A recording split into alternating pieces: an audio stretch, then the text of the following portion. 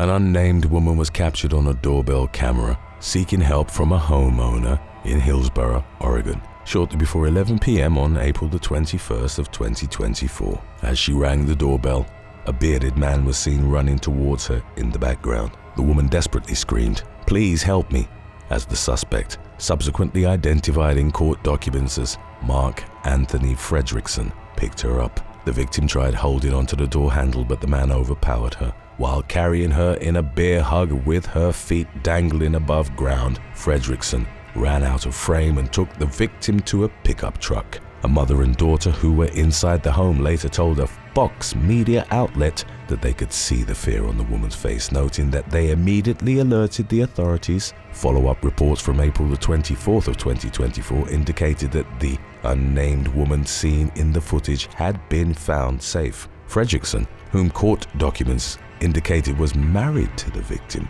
was arrested for kidnapping and harassment. Number 6. Omar bin Omran. In 1998, while on his way to vocational school, Algerian teenager Omar bin Omran vanished without a trace in El Gwadid. His disappearance took place at the height of the country's civil war, and most of his family believed that he'd been killed as a collateral victim in the fighting. His mother, however, never gave up hope that Omran was still in El Gwadid and made televised pleas for help in finding him. She passed away in 2013 without an answer as to what had become of her son. It would ultimately emerge that for more than a quarter of a century, he was never more than 200 yards from his home. Omran was abducted as a teen by his neighbor, a 61-year-old civil servant only identified through his initials as B.A. His captor's actions were reportedly motivated by an inheritance dispute. For roughly 27 years, Omran was held in his neighbor's basement inside a sheepfold. A trapdoor that led to the hole where he was kept was covered with hay bales. A disagreement between B.A. and a relative led to the latter alerting the authorities in the spring of 2024. On the evening of May the 12th, officers from the National Gendarmerie found Omran and arrested B.A. Footage of the now 45-year-old man looking up at his rescuers from between hay bales went viral, and his story made headlines around the world. His family was stunned to learn that he was alive and that he'd been a prisoner for most of his adult life. In the aftermath, Omran's cousin, Khalid Rajab, spoke to the media and said that while the abducted man was in fair physical condition, his mental health was in tatters. Rajab noted his psychological state is shocked, and more than shocked, he is afraid, especially since he was detained, meaning he is not accustomed to being outside. Omran was placed under therapeutic and psychological care. The man's relatives detailed that when they asked him why he hadn't attempted to escape or shout for help during his years in captivity, Omran said that he felt like he was under a spell, adding, "I was not able to even speak or walk." In hindsight, a number of aspects regarding the circumstance of his disappearance became clear. B.A. lived alone, but he was often seen buying food for more than one person. Rajab recalled that for the first 2 weeks of his captivity, Omran's dog waited and winced outside the abductor's home. B.A. was then reported to have killed the pet to silence it. Updates from May the 20th of 2024 indicated that the investigation into Omran's kidnapping was ongoing and that 7 others were charged in connection to it. Number 5. Joseph Constantine Buonincontri. By February of 2024, New York native Constantine Buonincontri had moved to the town of Limons, Mexico, where he reportedly had family. On the 4th of the month, Buonincontri was violently abducted from his home by unknown armed men. The authorities were alerted by a local who saw a taxi carrying armed men veer from the highway into the opening in the jungle. A search and rescue operation was put together by members of the Mexican National Guard, the Mexican Army, and state police. 3 days after he'd been taken, Buonincontri was found in the Quintana Roo wilderness by soldiers of the Mexican Army's 7th Motorized Cavalry Regiment. Widely distributed footage of the rescue would show the New Yorker lying on the ground, bound at the ankles and wrists, in a hut made of natural materials, also known as guano. It had been abandoned roughly 325 feet from where the taxi had been seen entering the jungle. Buonincontri, who had also been blindfolded by his captors, was asked by the soldiers if he was all right and if he wanted some water. The man begged them for a cigarette and for his restraints to be loosened. When asked if he knew when he'd been kidnapped, buon incontri replied, "No, I can't recall the day. I don't even know what day this is." His captors, who'd reportedly demanded a $200,000 ransom, had fled, but left behind traces of their criminal activity in the form of marijuana, a tactical vest, and loaded AR-15 magazines. Buon incontri was largely unharmed but couldn't identify his attackers, whose names and criminal ties remained unknown as of the latest information available on the matter. Number 4. Phoenix Incident. On February the 23rd of 2024, surveillance cameras captured an assault and kidnapping at a gas station near Interstate 10 and Watson Road in the suburb of Buckeye in Phoenix, Arizona. At around 10 p.m., a Nissan Rogue pulled up to one of the pumps. Moments later, a woman got out of the vehicle's passenger side and ran towards the convenience store. The male driver chased and charged her, grabbing her by the neck with one arm. He then dragged her back to the vehicle's passenger side. After bundling the woman inside the Nissan, he drove off. The police released the footage in early March and asked for the public's help in identifying the victim and aggressor. With the clip's dissemination online, Sergeant Tamela Skaggs of the Buckeye Police Department told Fox 10 Phoenix that the timing of the investigation was crucial and that the authorities were concerned for the woman's well-being. Skaggs said, "There are too many unknowns in this investigation. That video right now is all that we have." Updates from later in the month indicated that the woman seen in the footage had been found safely, and Buckeye Police Department investigators revealed that it was a domestic violence incident. Number 3. Victim of Walter Medina. A minivan pulled up in the area of a Walgreens in Cefna, west of Tampa, Florida on April the 1st of 2024. Moments later, a woman emerged from it and was captured on CCTV running into a gas station convenience store. She screamed at a clerk to call 911, then locked herself in the bathroom until law enforcement arrived at the scene. When deputies approached the distraught woman, they observed that she was covered in injuries. She told them that for nearly 3 months, she'd been held as a torture slave by 48-year-old Walter Medina. She reportedly met him in January of 2024 while panhandling in the area of Hillsborough Avenue and Habana Avenue in Tampa. Medina enticed her with food and narcotics before the situation took a violent turn, and she was held against her will at his home in the months that followed. Medina savagely bludgeoned her with a wooden baseball bat, breaking multiple ribs. He also attacked her with a flathead screwdriver, inflicting deep puncture wounds and kept her in constant fear for her life. Medina forced the woman to travel around the Tampa Bay area with him, threatening to kill her if she fled or sought help. The woman escaped after Medina briefly left her alone in the minivan as he went into a Walgreens. Hillsborough County Sheriff Chad Cronister praised the victim for finding the courage to escape her captor, telling a media outlet, "I can't imagine the torture this victim endured for months, but I can imagine the relief she felt when our deputies arrived." Medina's minivan was spotted the following day on Interstate 4 in Lakeland, and officers attempted a traffic stop, but he fled. A chase ensued that came to involve the Polk County Sheriff's Office, the Lakeland Police Department, and the Florida Highway Patrol. Medina wove in and out of traffic at speeds of over 100 miles per hour. Pursuing law enforcement vehicles attempted multiple precision immobilization techniques, but none proved successful. Medina crashed into a vehicle as he exited the highway and then ran a red light. His minivan became disabled after he struck a raised median while attempting to turn right onto a street. Medina fled on foot but was captured with the intervention of a canine unit. He faced a plethora of charges that included armed kidnapping, armed false imprisonment, an aggravated battery with great bodily harm, as well as fleeing and eluding. Medina had served a sentence for false imprisonment in the past, and his rap sheet also included arrests for kidnapping and armed assault on a law enforcement officer. Updates from early April indicated that he was held without bond at the Orange County Jail. Today's topic was requested by Janet Vargas 9520, Skid the Dynamite Teen, Danny Passer 5040, and Heather Cruz 7170. If you have any other topics you'd like to learn about, subscribe and let us know in the comments section below. Number 2. Victims of William Mozingo. Leading up to the fall of 2023, heavily tattooed career criminal William Mozingo had been jailed multiple times for kidnapping and tormenting young women. In mid-October of 2023, Chloe Jones, aged 23, accepted a ride home from Mozingo in Akron, Ohio. She reportedly believed him to be harmless, but he drove the young mother to a shed and locked the door behind them. For the 4 days that followed, the 33-year-old held Jones captive without food or water.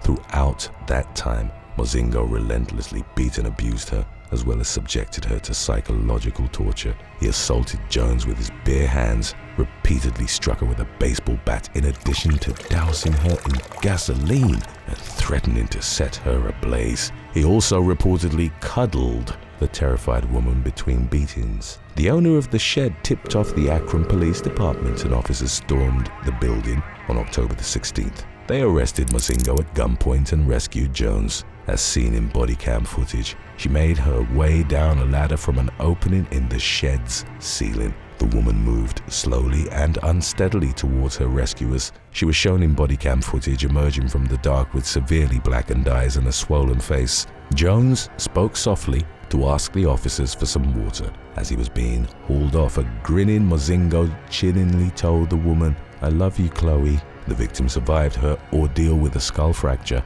brain bleed, a broken arm and broken fingers. Still swollen from Mozingo's beatings, Jones agreed to share her story and show her face as a warning to others. She spoke to a Fox News reporter and said, "I want to tell young girls across America, it's not safe to get into a car with people you don't know or a friend of a friend." Through tears, she told the reporter that she survived her torment by thinking of her 4-year-old son. For the latest incident, Mozingo was arraigned on charges of kidnapping, felonious assault, abduction, and unlawful restraint. He was held without bond. Given the fact that he'd violated his parole, the man was a serial kidnapper whose first abduction charges could be traced back to 2011. In 2014, he was sentenced to 9 months for abduction, and he was arrested again in 2017 for holding a woman at knife point in a Walmart restroom. That same year, Mozingo kidnapped Mackenzie Mastin as well as his own younger brother and held them captive for 3 days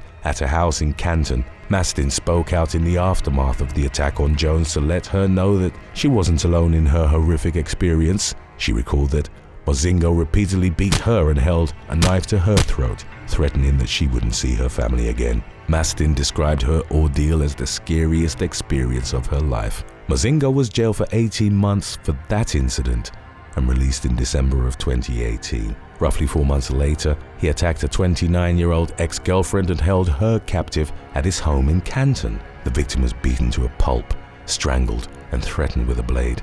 After Mozingo subjected her to his habitual deranged brand of torture, he abandoned her half-naked on the side of the road. The victim was found unconscious and rushed to the hospital with a severe head injury. She survived the attack, for which Mozingo was sentenced to another 18 months before he was paroled in spite of being a repeat offender and an obvious danger to women. He was still on parole for the ex-girlfriend attack when he targeted Jones. Mastin nevertheless remained optimistic in the wake of the latest incident, telling a media outlet, "I just hope that he gets what he deserves and that they will learn their lesson this time and not let him walk on the streets and hurt another woman again."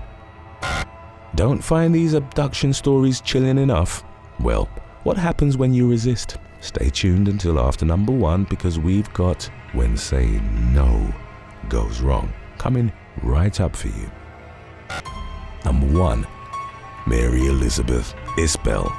37-year-old Mary Elizabeth Isbell disappeared in DeKalb County, Alabama in the fall of 2021 and was officially reported missing by her ex-husband in late December. No sign of Isbell, whom the authorities determined had been living on Lookout Mountain, was found for nearly 2 years. In June of 2023, the police received a tip that led them to human remains at a specific location in Little River Canyon National Park. On June the 30th of 2023, on what would have been Isbell's 39th birthday, the remains were positively identified as hers. Investigators established that Isbell knew mother-daughter duo Loretta K. Carr and Jesse Eden Kelly through a fourth party, but their identity remained undisclosed.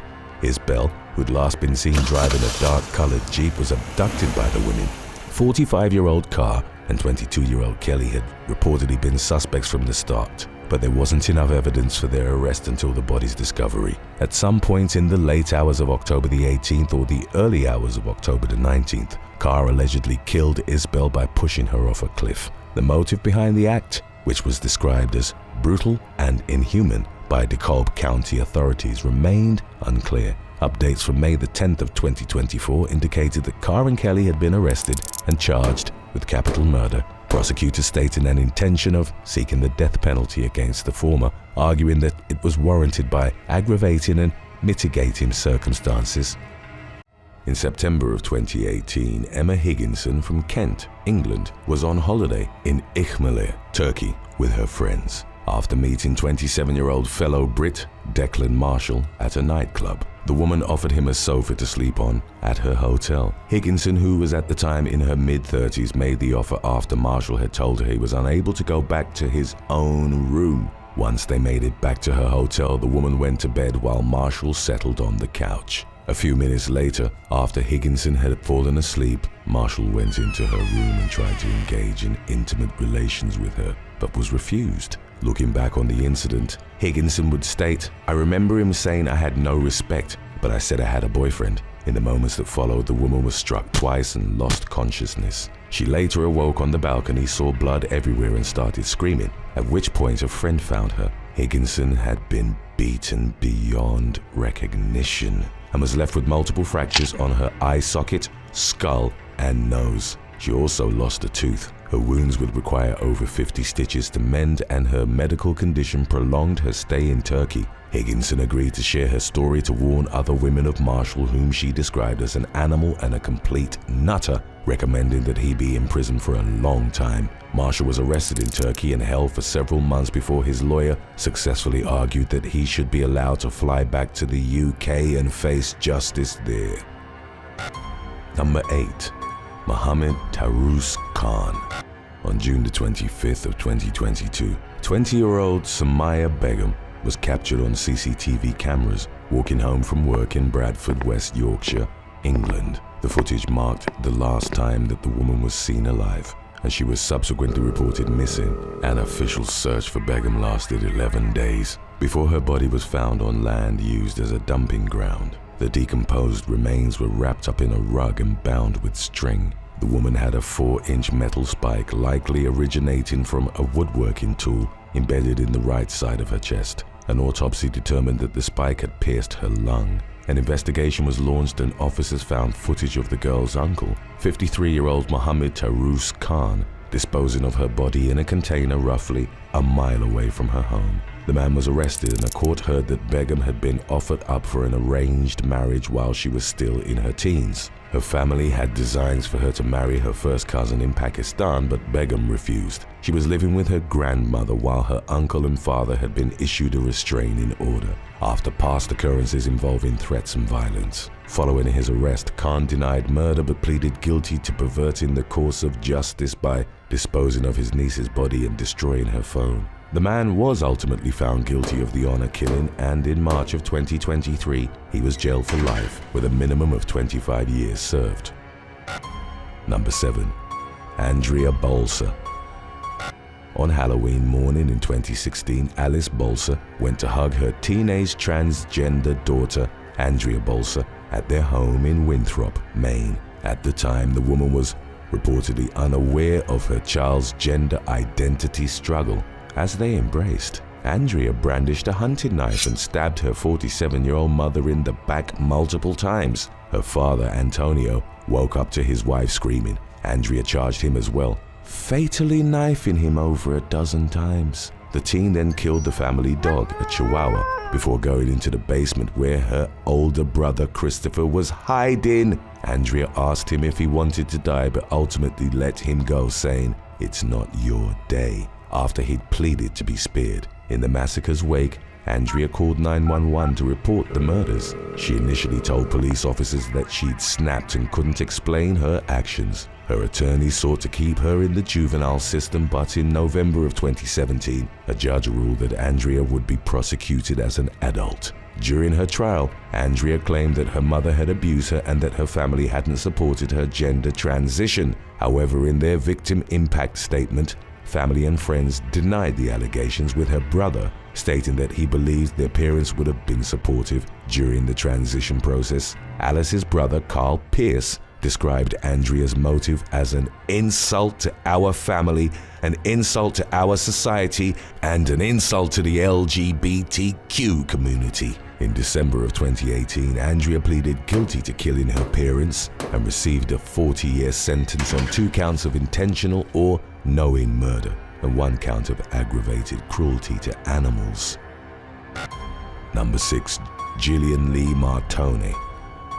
On November the 20th of 2012, Florida man Efren Molina picked up 35-year-old Gillian Lee Martone for a first date. The couple went out for food and drinks together before returning to Molina's apartment in Boca Raton. After spending a few hours with the man, Martone reportedly said something about being his girlfriend. She subsequently became enraged when Molina objected to the idea and refused to call himself her boyfriend. As tensions escalated, Martone punched Molina in the face before grabbing a kitchen knife and threatening him with it. The 39-year-old screamed for help, and his roommate came into the living room. The latter witnessed Molina as he managed to wrestle the knife out of his date's hand, suffering a deep cut in the process. Molina then dragged the woman down the stairs and forcibly took her out of the apartment. Molina called the police, and responding officers found Martone crying outside. She was beside several large rocks, which she'd allegedly used to break a window to the apartment after she'd been thrown out.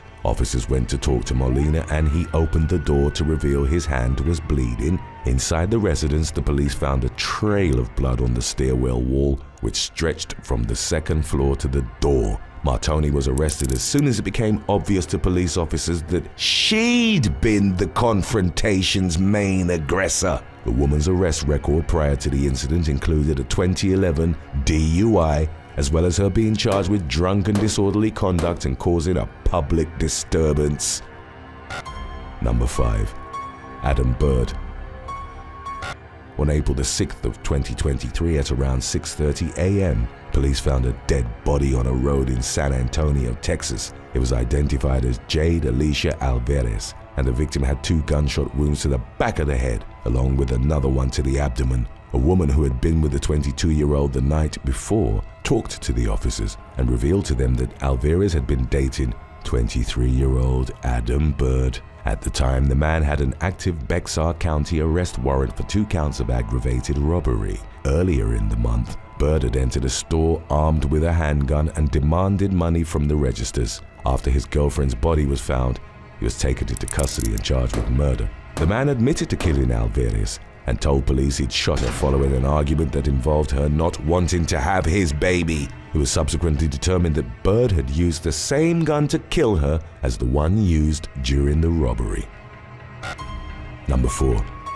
Joshua Huperters.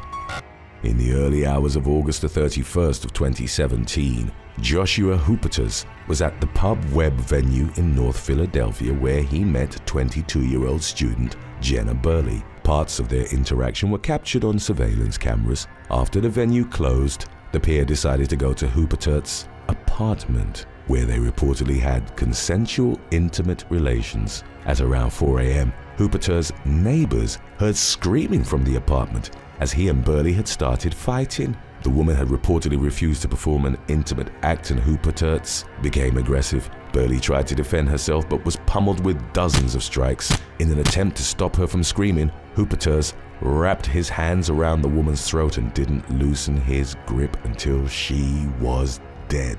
The man then crammed her naked body into a blue plastic storage bin. On the afternoon of August the 31st, his cousin came to his apartment, and Huperter's asked for help with moving the bin. The cousin would later testify that he agreed to do so and was surprised by its weight, fully unaware that there was a dead body inside. Huperter's stored the remains at his mother's garage in Jenkintown. then moved them to his grandmother's wooded lakeside property in the Poconos, where he hid them inside a small metal shed. Hooperters was arrested for murder and in court tried to pin Burley's death on his roommate, Jack Miley. The latter testified that he was sleeping in his basement bedroom after having drunk the whole night and hadn't heard the fight. Hooperters was found guilty of first-degree murder and several other charges for which he was given a life sentence without the possibility of parole. Number 3. Wan Cho. On April 3rd of 2023, Wan Cho walked into the Happy Days bar in Koreatown, Dallas, Texas. The 62-year-old man asked for a drink, but was reportedly ignored by 53-year-old Chong Sun Wogney. He responded by insulting her, then left. About 15 minutes later, Cho returned and asked Wogney for a drink once again. When the woman refused to serve him, he pulled out a gun and shot her multiple times in front of other customers. Cho also shot twice at a witness who'd attempted to restrain him but missed both times. Cho was arrested on charges of murder and aggravated assault with a deadly weapon. Officers revealed he had a criminal history at the time of the shooting, having assaulted another person in a restaurant in 2015. Number 2. Jermaine Richards. On the early morning of September the 3rd of 2022, British man David Ford and his son Ryan were preparing for a fishing trip and loading their Kia Sportage with angling gear. At around 5:45 a.m., they were approached by 31-year-old Jermaine Richards on St. John's Road in Sheffield. Richards demanded a ride to Manor Park, but the father and son refused. Richards became enraged and punched Ryan, prompting David to intervene. In the moments that followed, Richards climbed into another man's car and asked him to drive away but was refused. Upon emerging from the vehicle, he was confronted by David and Ryan. Richards beat up the father and son, leaving them lying on the pavement. He then got into their Kia and drove for a few hundred feet before he turned around, accelerated towards the victims and ran David over. The father and son were taken to the hospital. David had suffered catastrophic injuries and passed away, while Ryan was left with a serious brain injury. Richards was arrested and sentenced to life in prison with a minimum of 26 years served before he'd be eligible for parole. Speaking of the impact David's death had had on his family, the sentencing judge stated, "It's unimaginable the agony they have faced emotionally," and directly referenced Ryan, who'd witnessed his father's murder. Number 1. Trevor Raekwon Seward. In September of 2019, U.S. Postal Service worker Irene Presley was delivering mail in rural Williamsburg County, Southern California. She left a form at the residence of 25-year-old Trevor Raekwon Seward, requiring him to pick up a package from the post office.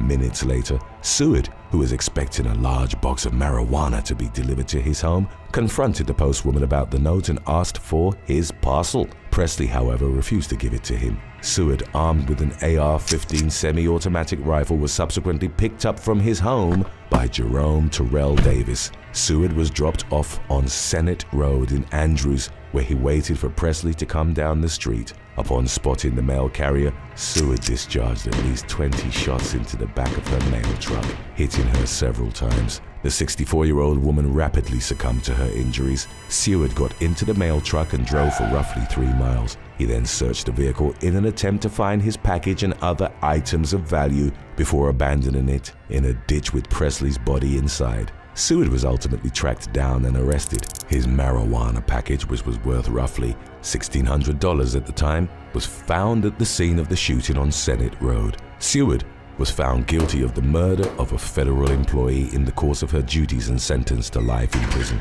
He was given a consecutive 20-year sentence for using a firearm in furtherance of a crime of violence, as well as concurrent sentences for the robbery, felon in possession of a firearm, and marijuana conspiracy counts. Davis pleaded guilty to robbery and marijuana conspiracy charges, for which he was sentenced to 25 years behind bars. Thanks for watching. Would you rather be randomly kidnapped at some point in the next month or be broken up with? Let us know in the comments section below.